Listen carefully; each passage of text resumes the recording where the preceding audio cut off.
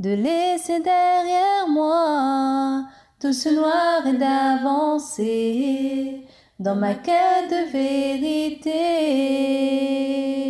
Je suis en quête de vérité. Chers téléspectateurs, Assalamu alaikum wa rahmatullahi wa barakatuhu. Bienvenue une fois de plus à Enquête de vérité, une émission où nous abordons divers sujets et répondons également à vos questions. Comme vous le savez, l'acquisition de connaissances est un précepte islamique et c'est exactement le but de cette émission. Ainsi, nous vous invitons à envoyer vos questions et les sujets sur lesquels vous voulez en savoir plus, que ce soit d'ordre séculaire ou religieuse, sur nos coordonnées. N'oubliez pas, ce faisant, de préciser le titre de l'émission. Aujourd'hui, nous parlerons de l'éducation des enfants. Et pour répondre à nos questions, j'ai le plaisir d'accueillir sur le plateau Naushin Oulash. Assalamu alaikum wa rahmatullahi wa barakatuhu. Wa alaikum salam wa rahmatullahi wa barakatuhu. Jazakallah pour votre présence et bienvenue sur le plateau. Nous avons également avec nous Fehmida Bouden qui participera virtuellement. Assalamu alaikum wa rahmatullahi wa barakatuhu. Wa alaikum salam wa rahmatullahi wa barakatuhu. Bienvenue et Jazakallah pour votre participation. Sans plus tarder, nous allons passer à la première question, Naushin Sahiba. Qu'est-ce que l'islam nous enseigne à propos de l'éducation des enfants? Pour commencer, dans le verset 152 du chapitre 6 du Saint-Coran, Allah nous dit de ne pas tuer nos enfants par crainte de pauvreté. Notre bien-aimé calife, Hazrat Mirza Masroor Ahmed, qu'Allah lui vienne en aide, explique que ce commandement nous encourage à aimer, à guider et à éduquer nos enfants afin qu'ils deviennent des personnes compétentes, dotées de haute qualité morale, des personnes bénéfiques pour leur communauté et leur pays. Le saint prophète Mohammed sallallahu alayhi wa sallam a également enseigné l'importance de prendre soin de sa famille. Il a dit que le meilleur d'entre vous est celui qui est le meilleur pour sa famille et je suis le meilleur de ceux qui sont bons pour leur famille. Il a également souligné « Soyez respectueux envers vos enfants et inculquez-leur les bonnes manières. » Et bien sûr, nous sommes familiers avec le hadith qui affirme que le paradis se trouve sous les pieds des mamans, ce qui démontre non seulement le statut élevé des mamans dans l'islam, mais qui souligne également la grande responsabilité qui leur incombe en ce qui concerne l'éducation spirituelle et morale des enfants. Oui, effectivement, Jazakumullah pour cet aperçu sur les enseignements islamiques à ce propos. Fehmida, pouvez-vous peut-être élaborer sur ce dernier hadith en rapport avec le rôle des mères dans l'éducation des enfants? Alors, le calife, qu'Allah lui vienne en aide, nous explique qu'une telle responsabilité a été attribuée aux mères parce qu'elles ont la plus grande influence sur leurs enfants. Cela signifie que les mères doivent non seulement fournir les conseils qui conduiront leurs enfants au paradis, mais aussi leur montrer le chemin par leur propre action.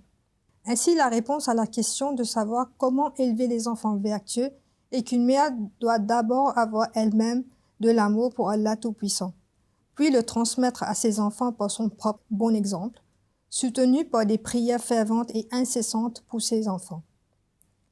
Le quatrième calife, Hazrat Mirza Tahir Ahmad Rahimullah Alayhi, a conseillé « S'occuper de l'amour de Dieu est la seule solution à tous les problèmes. Les générations nées de cet amour deviendront en effet des générations appartenant à Dieu. Ainsi, lorsqu'il est dit que le paradis est sous les pieds des mères, cela ne signifie pas qu'il est sous les pieds de toutes les mères. Cela signifie que si le ciel peut être atteint par les générations suivantes, il ne peut l'être que par les mères qui sont elles-mêmes devenues un signe céleste et que le ciel s'est manifesté dans leurs apparences. Jazakallah pour ces éclaircissements sur ce fameux hadith. Je me tourne vers vous, Naushin Sahiba, pour approfondir une question. Pourquoi la tâche vitale de la tarbiyat, à savoir la formation des enfants, la formation morale des enfants, est-elle confiée aux femmes? Qu'est-ce qui les rend si importantes dans ce rôle? Tout d'abord, cette tâche a été confiée aux femmes par Allah le Tout-Puissant. Le Saint-Coran nous enseigne que toute chose a été créée par Allah avec une forme et une fonction spécifique. Et les femmes ont été spécialement conçues pour porter des enfants et les élever. L'importance de cette fonction a été clairement mise en avant par le saint prophète sallallahu alayhi wa sallam, comme en témoigne la tradition suivante. Une femme qui prend soin du foyer de son mari de la meilleure manière possible pendant son absence et élève ses enfants dans des conditions morales appropriées sera récompensée au même titre que les hommes qui accomplissent d'autres bonnes actions et participent au djihad. Deuxièmement, le second calife, Hazrat Mirza Bashiruddin Mahmoud Ahmad radiyallahu anhu, a expliqué qu'Allah le Tout-Puissant a doté aux mères d'une aptitude spéciale pour cette tâche, car elles ont la capacité de résister de manière continue à Satan. Les hommes, au mieux, peuvent influencer positivement une génération et la rendre vertueuse, mais ce sont les femmes qui ont le potentiel de transformer des générations entières. Il explique « La génération future n'est pas influencée par Satan, mais par leur mère. Mais les mères peuvent commettre l'erreur de les laisser aller, de sorte qu'elles deviennent la proie de Satan. Vous devez comprendre vos responsabilités. » Jazakallah. Alors, c'est vrai que ces mots forts résonnent à nos oreilles lorsque nous y réfléchissons, car ce qui nous incombe est loin d'être une tâche facile. C'est une grande responsabilité. Alors, peut-être voulez-vous ajouter quelque chose, Fahmida Sahiba, avant que nous passions à autre chose? Oui, Jazakumullah. J'aimerais ajouter qu'une autre raison pour laquelle l'éducation des enfants a été confiée aux mères est le lien particulier qui existe entre les mères et leurs enfants. Jusqu'à l'âge de l'adolescence, des études ont montré que les enfants se tournent naturellement vers leur mère bien plus que vers leur père, ce qui donne aux mères une plus grande possibilité d'influencer et d'enseigner leurs enfants. Il existe également de nombreuses preuves que les enfants privés de l'attention de leur mère, en particulier à un jeune âge, développent davantage de problèmes émotionnels, sociaux et psychologiques plus tard dans leur vie.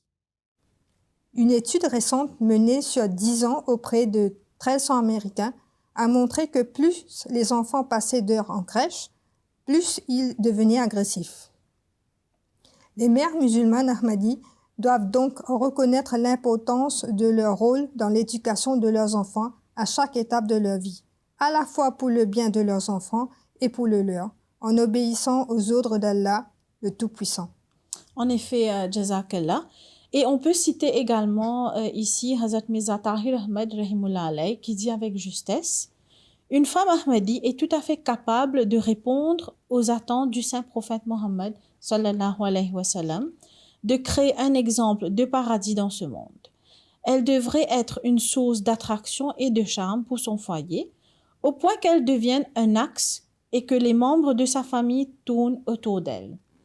Ils ne trouvent pas le confort à l'extérieur, mais la paix et la tranquillité dans leur maison. » Passons à présent au conseil du Messie promis, alayhi salam. Nous savons que la vie des prophètes de Dieu englobe tous les aspects importants d'une vie et sert ainsi d'exemple pour l'humanité. Et une partie importante de leur vie est liée à la guidance et à l'édification des enfants. Avec beaucoup de gentillesse et d'attention, ces prophètes d'Allah assument leur rôle de parents et transmettent des leçons inestimables qui transcendent les générations. Et ce fut également le cas du Messie promis, alayhi salam. Alors, Naushin Sahiba, pourriez-vous partager avec nous quelques exemples et conseils de Hazrat Mirza Ghulam Ahmad alayhi salam? Oui, certainement. En ce qui concerne l'édification des enfants, le Messie promis alayhi salam était fermement opposé à l'idée de frapper ou de gronder les enfants. Peu importe à quel point un enfant pouvait pleurer, faire des caprices, se plaindre, formuler des demandes déraisonnables ou insister continuellement pour obtenir quelque chose de fantaisiste ou hors de portée, le Messie promis alayhi salam n'aurait jamais eu recours à la violence, que ce soit physique ou verbale, ou à l'expression de la colère. Selon une anecdote, une nuit lorsqu'il se trouvait à Ludhiana, au milieu de la nuit, le Messie promis alayhi salam essayait de consoler son fils, Hazrat Mirza Bashiruddin Mahmoud Ahmad radiyallahu anhu, qui pleurait à chaudes larmes. Le musulman Maud avait peut-être 3 ans à l'époque. Sa sainteté alayhi salam faisait les 100 pas avec l'enfant dans ses bras, lui parlait de diverses choses, mais l'enfant ne se calmait pas. Après tout cela, le Messie premier alayhi salam dit « Regarde Mahmoud, quelle belle étoile !» L'enfant se tourna vers son nouveau centre d'attention, devint silencieux pendant un moment, puis se remit à pleurer de plus belle et dit « Père, je veux aller vers l'étoile ». D'une manière très attachante, le Messie premier alayhi salam s'est dit « Merveilleux, j'avais pensé à un moyen de le consoler, mais il a trouvé un moyen de pleurer à ce sujet également. » Finalement, l'enfant a pleuré jusqu'à ce qu'il se fatigue et devint silencieux. Cependant, pendant tout ce temps, jamais le Messie promis n'a prononcé un mot dur ou exprimé son mécontentement. Jazakumullah pour cette anecdote à la fois amusante et inspirante. Alors, je me tourne à présent vers vous, Fahmida. Si gronder n'est pas la solution, que fait-on dans ce cas? Les enfants doivent être guidés par le bon exemple et ne doivent pas être punis physiquement. Selon le Messie premier alayhi salam, les pères qui battent leurs enfants se placent aux côtés de Dieu et seront coupables d'une sorte de polythéisme, croyant partager ses attributs de guide véritable et absolu.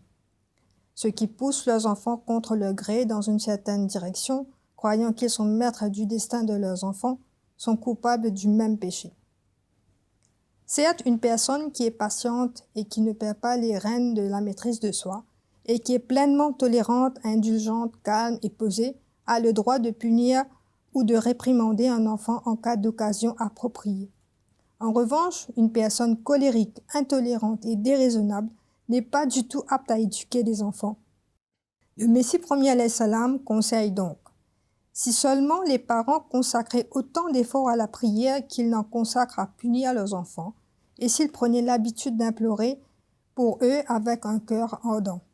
En effet, les prières des parents pour leurs enfants sont bien particulièrement accueillies. Vous serez peut-être surpris d'apprendre que le Messie premier alayhi salam a déclaré catégoriquement et a également donné des instructions par écrit que tout enseignant de notre école qui a l'habitude de frapper les enfants et ne s'abstient pas de cette action inappropriée doit être renvoyé immédiatement. Le Messie premier alayhi salam a également déclaré: je prie pour mes enfants et je veille à ce qu'ils respectent les principes, l'étiquette et les enseignements généraux. C'est tout, rien de plus. Ensuite, je place toute ma confiance en Allah l'exalté. La graine de bonté qui est présente en chacun d'eux, selon leur nature, s'épanouira le moment venu.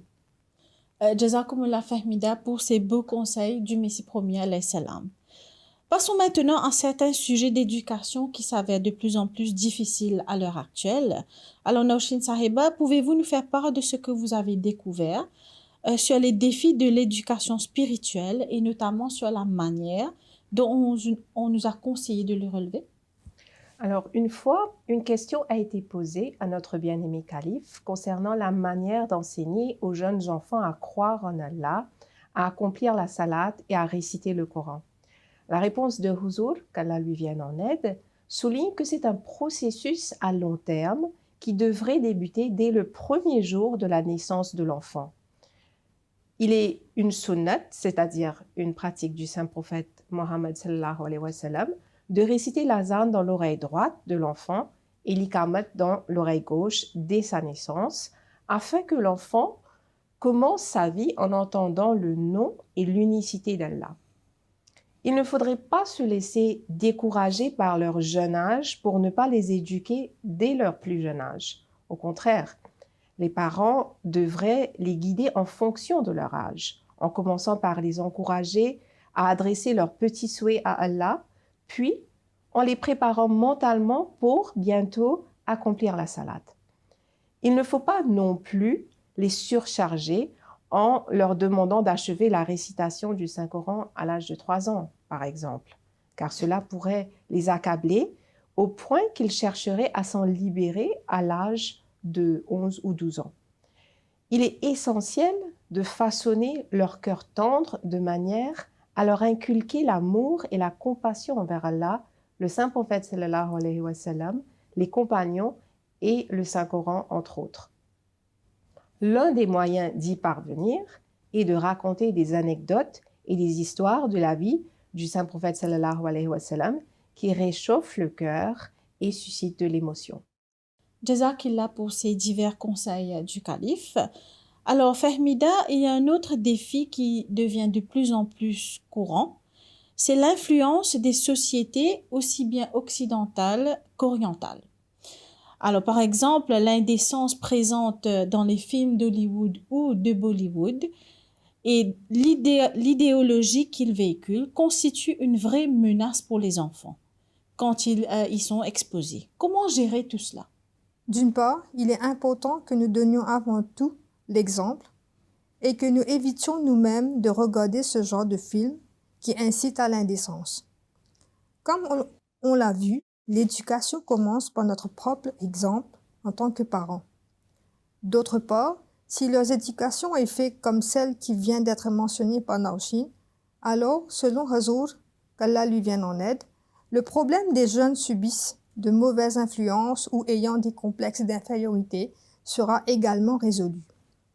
Comme nous pouvons le constater, la clé pour relever tous ces défis est de commencer le voyage spirituel de l'enfant en lui inculquant l'amour et l'intérêt dès son plus jeune âge et en le guidant par notre propre exemple. Pour relever les défis sociétaux, les mères doivent notamment s'informer sur ce qui se passe dans la société qui les entoure.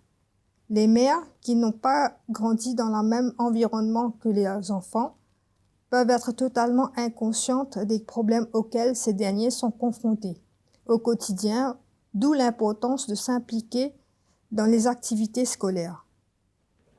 Il est important de contrôler ce que leurs enfants regardent aussi à la télé ou sur le portable. Les mères qui sont bien informées des tendances et des événements actuels et des choses qui intéressent leurs enfants auront plus de facilité à communiquer avec eux et à leur expliquer pourquoi certaines choses sont permises aux musulmans et d'autres non. Les parents doivent également connaître leurs propres croyances et enseignements afin d'enseigner à leurs enfants et de répondre à leurs questions. L'écoute des sermons du vendredi de Hazrat Khalifatul Masih est un excellent outil à cet égard. Oui, effectivement, Jazakallah Fahmida. Alors justement, pour vous rejoindre, j'aimerais présenter une brochure intitulée Paradise Under Your Feet qui se traduit par le paradis sous vos pieds. C'est un livre qui n'a pas encore été traduit en français, mais pour ceux qui comprennent l'anglais, nous vous encourageons à le lire. Ce livret présente des conseils donnés par notre bien-aimé calife Hazrat Mirza Masroor Ahmad, qu'Allah lui vienne en aide, sur la manière d'aborder plusieurs questions contemporaines lors de l'éducation de nos enfants. Continuons la discussion, Naushin Sahiba. Alors, avec le mode de vie actuel, prendre le temps de s'occuper de ses enfants peut obliger une mère à faire quelques sacrifices, en particulier lorsque les enfants sont très jeunes, n'est-ce pas? Effectivement, une mère peut être amenée à mettre de côté certains de ses propres intérêts et activités pendant un certain temps. Lors de son discours aux membres de la Lajna Imaïla pendant la Jalsa Salana 2013 au Royaume-Uni, Huzur, qu'Allah lui vienne en aide, a averti les mamans musulmanes, Ahmadi, de ne pas céder à la tendance du temps pour soi qui prévaut en Occident. Cette tendance implique que les femmes veulent consacrer du temps à leurs propres affaires et négligent ainsi leurs responsabilités. Tout à fait. Et d'ailleurs, à ce stade, une autre question est souvent soulevée. Comment s'occuper de nos enfants au mieux lorsque nous sommes des femmes qui travaillent? Je vous propose de regarder ce que notre bien-aimé calife Hazrat Mirza Masroor Ahmad, qu'Allah lui vienne en aide, nous conseille à cet égard.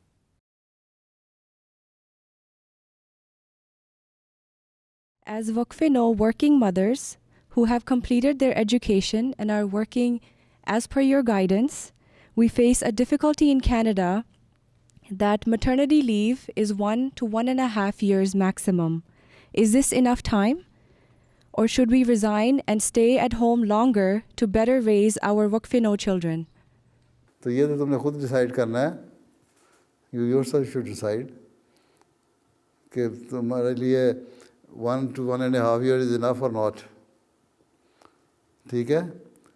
अब जब बच्चे बिल्कुल छोटे हैं, गो 1.5 ईयर भी टॉडलर ही होता है, लेकिन अगर कोई घर में पालने वाला है, नानी मामी दादी कोई संभालने वाली है, तो फिर ठीक है, उसको उनके सुपुर्द करके तो काम करो। अगर ये डिपेंड करता है किस किस्म का काम है।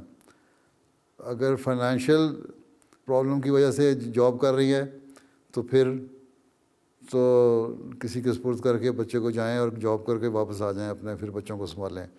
और अगर सिर्फ हॉबी के लिए जॉब कर रही हो हैं, तो फिर बेहतर ये है कि 3-4 साल तक के लिए छोड़ दो।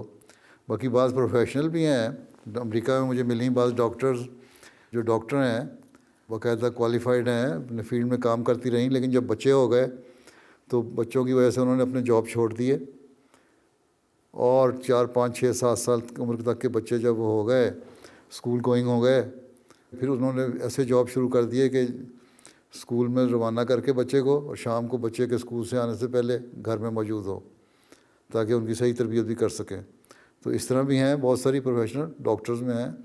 यहाँ स्कूल की टीचर्स का सवाल है, तो स्कूलों में जो टीचर्स हैं वो अपने बच्चों को ले जाती हैं, साथ ही वापस भी अपने साथ ले आती हैं। तो ये तो डिपेंड कर रहा है कि किस किस्म का प्रोफेशन है आपका और क्या क्या आपकी पर्सनल रिक्वायरमेंट्स हैं जिसके लिए आप काम कर रहे हैं। ठीक है, तो ये खुद फैसला करें, खुद अल्लाह ताला ने इतनी बड़ा दिमाग दिया हुआ है, अकल दी हुई है, सोचो। ठीक है।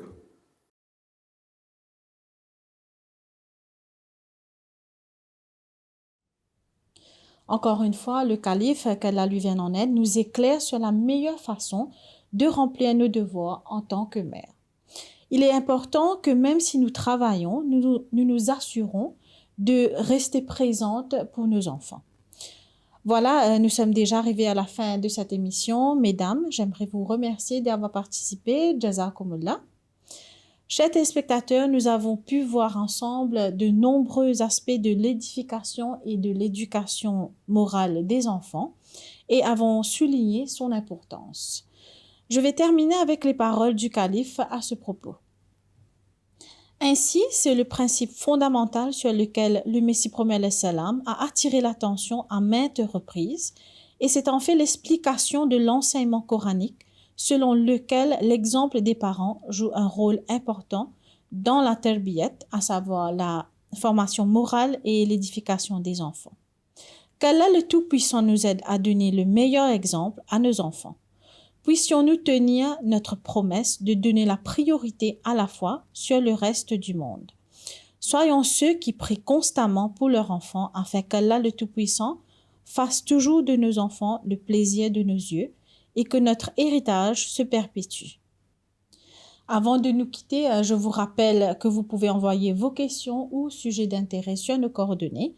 Je vous remercie pour votre attention. Je vous dis à la prochaine. D'ici là, assalamu alaikum wa rahmatullahi wa barakatuh.